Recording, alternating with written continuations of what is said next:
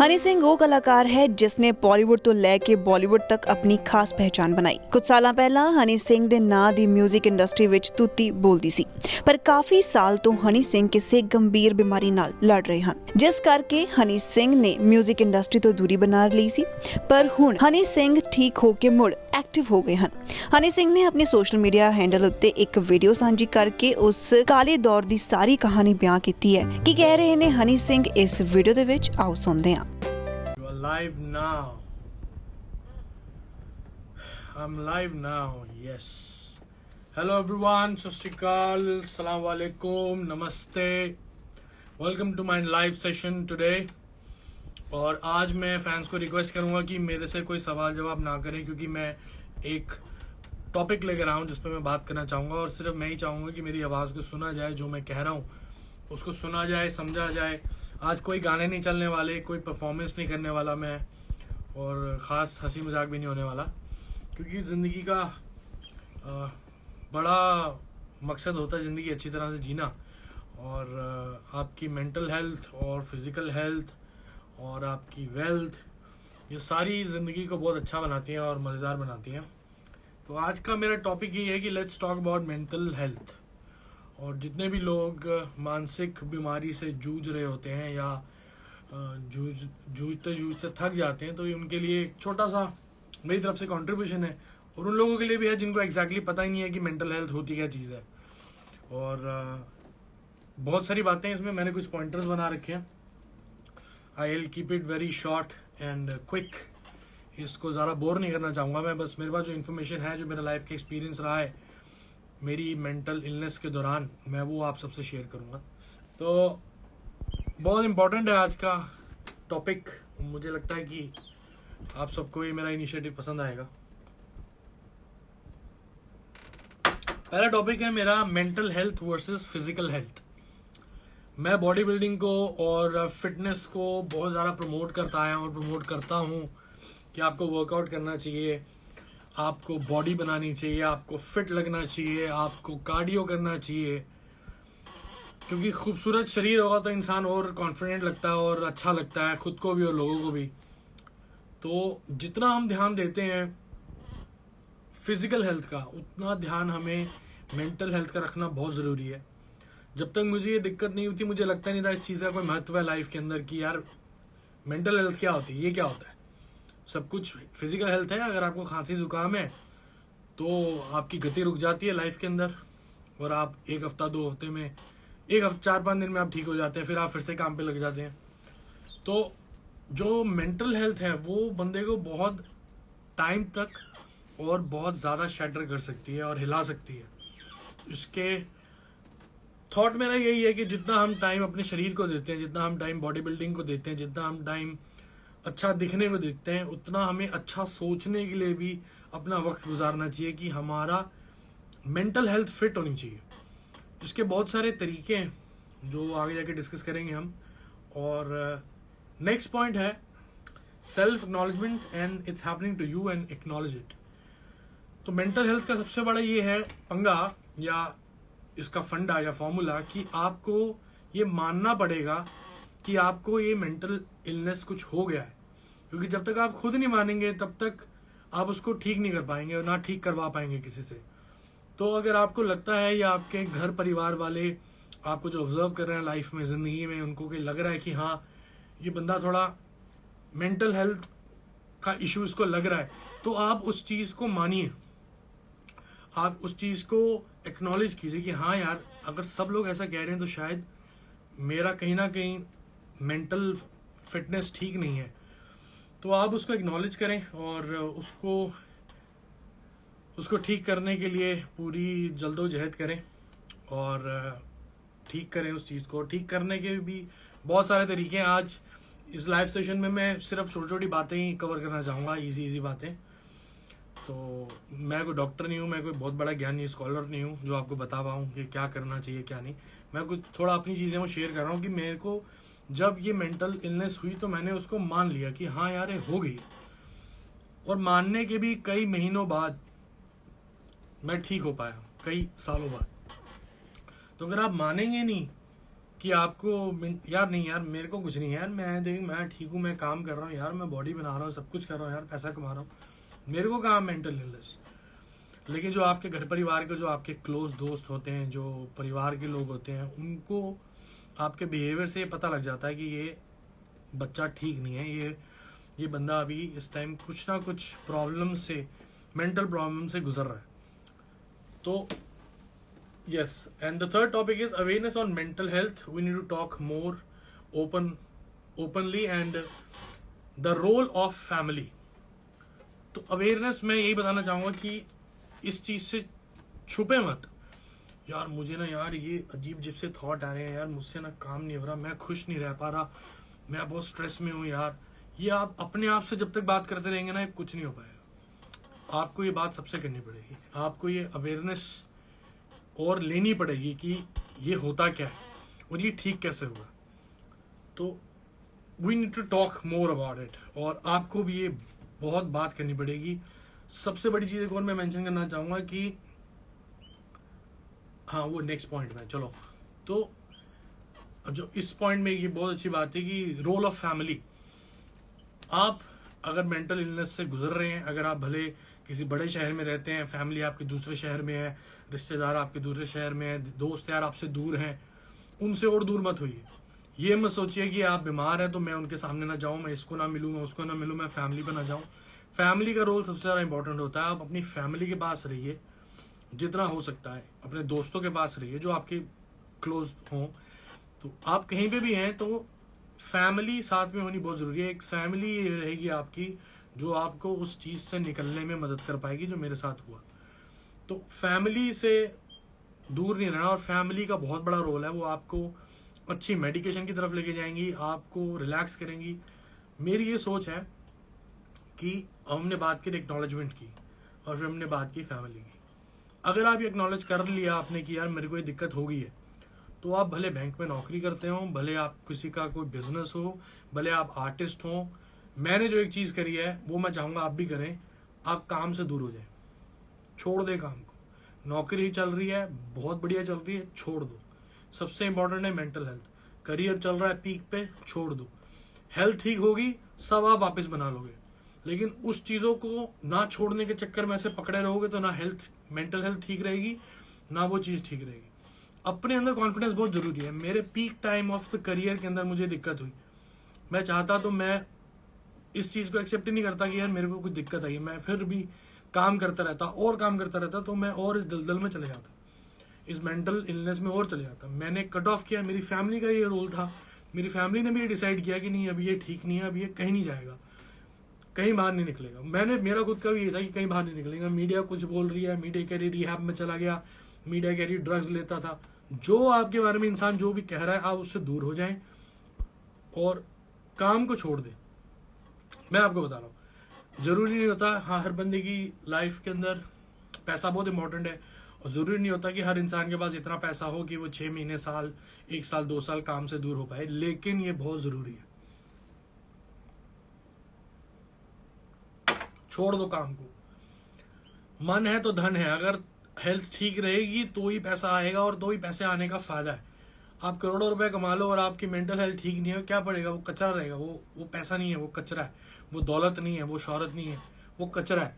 अगर आप उसको एंजॉय नहीं कर पाएंगे, आप ठीक ही नहीं होंगे इतने मेंटली, तो आप उसको अगर एंजॉय नहीं कर पाएंगे तो उस पैसे का, उस रुतबे का, उस स्टारडम का क्या फायदा? कोई फायदा नहीं। तो मैंने पीक करियर अपना छोड़ा, तकरीबन मुझे 2.5 साल लगे ठीक होने में। 2.5 साल में मैं बिल्कुल भी अपने घर से बाहर नहीं निकला, क्योंकि मैं ये कमज़ोर छवि, बीमार छवि किसी के सामने ले जाना नहीं चाहता था। और इसका ये भी रीज़न था कि मैं दुनिया से कटना चाह रहा था, मैं अपने आप को ठीक करना चाह रहा था। जैसे क्रिकेटर है, सचिन तेंदुलकर साहब हैं, धोनी जी हैं, विराट हैं, कोई भी हैं, अगर क्रिकेटर है, अगर उनको बाई चांस कोई फिजिकल इंजरी आती है, वो फिर भी मैच थोड़ा ना खेलते हैं, वो मैच छोड़ देते हैं, वो रेस्ट लेते हैं, अपनी इंजरी को हील करते हैं। सेम है मेंटल इलनेस। मत खेलो, मत काम करो, मत जाओ दफ्तर, लोग आपको जज करेंगे, मजाक बनाएंगे, मत करो, छोड़ दो। कोई रिहैब जाने की जरूरत नहीं है, आपका खुद, your self is your rehab. Family में रहिए, अपनी ट्रीटमेंट करवाइए, मेडिकेशन पे रहिए, काउंसलिंग पे जाइए। चौथा पॉइंट है importance of good lifestyle in recovery along with medication and counselling. Good lifestyle का मतलब ये है कि सही वक्त पे सोना, सही वक्त पे खाना और वर्कआउट करना, बॉडी बिल्डिंग करना बहुत ज़रूरी है। मेरे को मेरे डॉक्टर्स ने कहा था कि आप बॉडी बिल्डिंग मत छोड़िए, क्योंकि वो स्ट्रेस बर्स्ट करती है। और वो एक ऐसा ही काम था जिसके लिए मैं घर से बाहर निकलता रहा 2 घंटे के लिए, और मैं वर्कआउट करके फिर घर में आता रहा, और मैं 2.5 साल किसी भी चीज़ के लिए बाहर नहीं निकला। गुड लाइफस्टाइल में यही है, अल्कोहल और बाकी सब्सटेंसेस जितने भी होते हैं टेढ़े मेढ़े जो बहुत अट्रैक्ट करते हैं लोगों को, तो उन सब से दूर रहना पड़ेगा। मेडिकेशन पे जाना पड़ेगा बहुत अच्छी। और एक और मेरी सलाह है आपसे, आप डॉक्टर के पास जाएंगे, एक्नॉलेज तो हो गया, आपने मान लिया, हो गया, फैमिली ने मान लिया, हो गया, वो आपकी हेल्प कर रही है, आप उनकी हेल्प कर रहे हो, आप ये मान रहे हो कि ये चीज़ आपको हो गई है। पहला स्टेप डॉक्टर पे जाना पड़ेगा। डॉक्टर आपको दवाइयाँ लिख के देंगे, वो दवाइयाँ आपको खानी है। किसी भी डॉक्टर को 3 महीने से ज़्यादा वक्त मत दो। अगर आपको किसी भी ट्रीटमेंट को 3 महीने से ज़्यादा वक्त मत दो, नहीं तो आप वो विशेष सर्कल में ही घूमते रहोगे, कोई फायदा नहीं है उस चीज़ का। आपको खुद लड़ना पड़ेगा उस दवाइयों से, उन डॉक्टर से। आपको खुद जल्दोजहद करनी पड़ेगी ठीक होने के लिए। वो बहुत दवाइयाँ कुछ नहीं कर पाएंगे, दवाइयाँ मदद करती हैं, बिल्कुल करती हैं। दवाइयों के साइड इफेक्ट बहुत होते हैं, आप मोटे होने लग जाएंगे। आपको उसके लिए वर्कआउट करना ज़रूरी है, डाइट पे काम करना ज़रूरी है।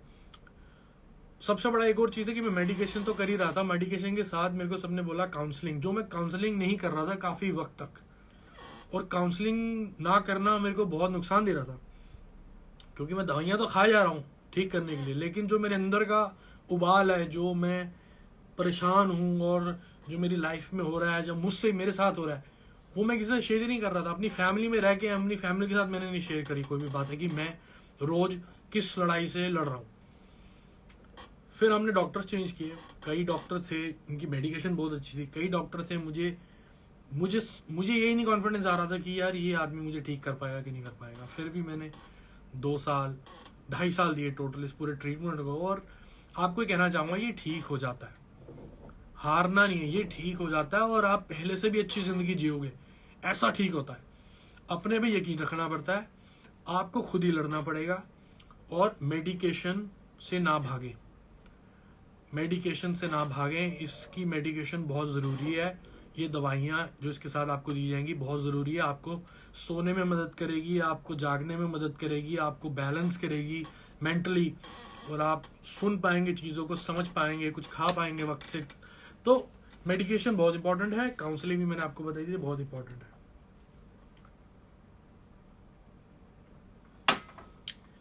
हमारी सोसाइटी इस चीज़ को मानती ही नहीं है कि मेंटल इलनेस कुछ है।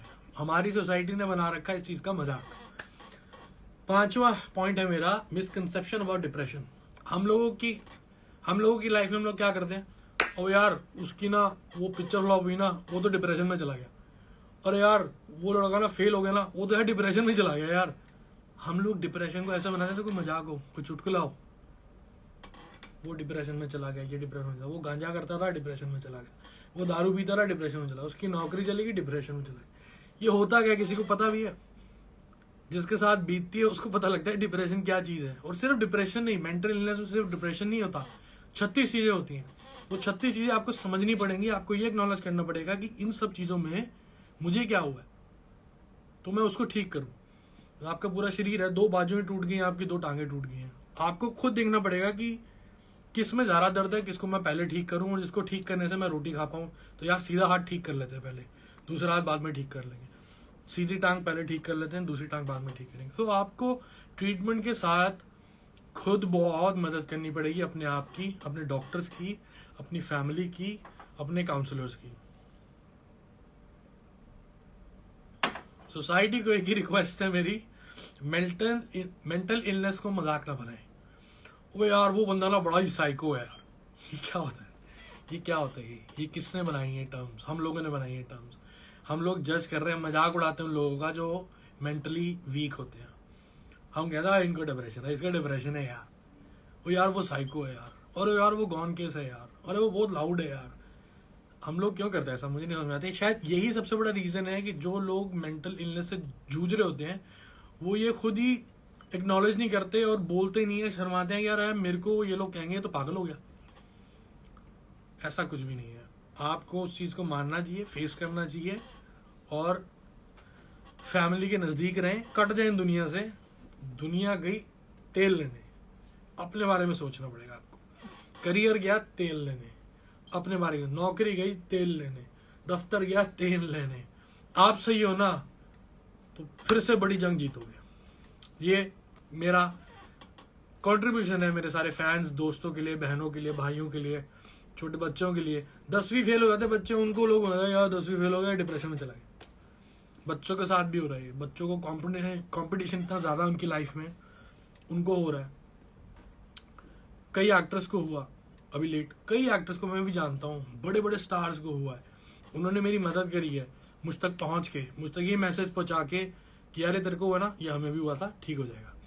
वही रीज़न है आज मैं आपके सामने बैठा हूँ और आपको बता रहा हूँ कि अगर आपकी फैमिली में, दोस्तों को, दुश्मन को भी अगर ये कुछ लगता है आपको कि मेंटल इलनेस है, उसकी मदद ये करिए कि उसको जज मत करिए। उसकी मदद ये करिए कि आप उससे करीब रहें लेकिन दूर भी रहें। उसको ये बताते नहीं कि हम आपके करीब हैं, लेकिन उसको स्पेस दें अपना ठीक होने को। क्योंकि अगर आप बीमार से मिलोगे और उसको दिखाओगे आप कि वो बीमार और आपको सिंपैथी है, वो बीमार आदमी और बीमार होगा, उसको कॉन्फिडेंस नहीं आएगा उस चीज़ से। सच्चे दोस्त हो तो सच्चे दोस्त की तरह पेशेंट के साथ भी रहो और दूर भी रहो। मेरे साथ ऐसा हुआ, मेरे कई दोस्त मैंने अपने से दूर कर दिए थे, इसके दोस्त दूर कर दिए, मैंने कलीग्स दूर कर दिए, काम से मैं इधर हो गया, काम छोड़ दिया जितना काम मेरे पास पड़ा था। क्योंकि मुझे ये था कि मुझे हो गया 2014 में, मुझे भी 3 महीने लगे कि यार ये क्या हुआ है, और मैंने उसको ये माना कि हाँ मुझे कोई मेंटल बीमारी हुई है। 2-2.5 साल अप एंड डाउन आता रहता है, लेकिन 2 साल, 2.25 साल मैंने पूरा वेट किया कि जब तक मैं बिल्कुल, मतलब मुझे लगता है कि हाँ मैं अगर सही फील कर रहा हूँ, मैं तभी काम पे वापस जाऊँगा। नहीं तो लोग बोलते हैं जो बोलने दो, इसका करियर डूब गया, ये हो गया। मुझे उस चीज़ से कोई लेना नहीं। मैंने कई अप्स एंड डाउन देखे थे लाइफ में, ये थोड़ा नया था। आप स्टेज पे परफॉर्म करने जा रहे हैं, पैर टूट गया आपका, कोई बात नहीं, 6 महीने बाद ठीक हो जाएगा, आप उसके लिए इतना कॉन्फिडेंट रहते हैं।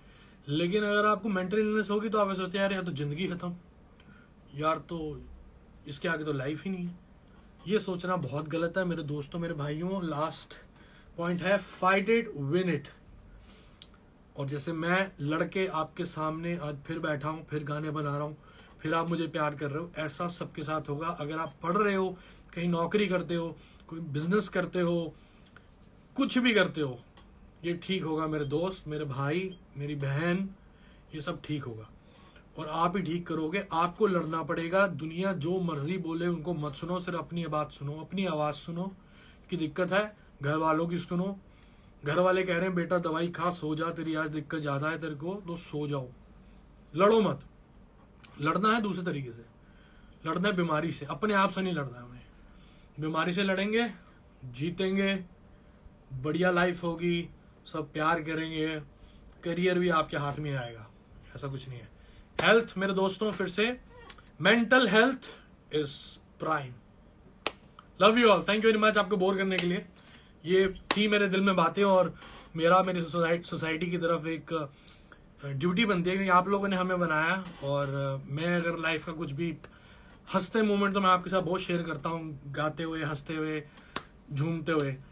तो कुछ ये भी बातें थी, तो मैं चाह रहा था आपके साथ शेयर करूं। आई होप आपको अच्छा लगा होगा।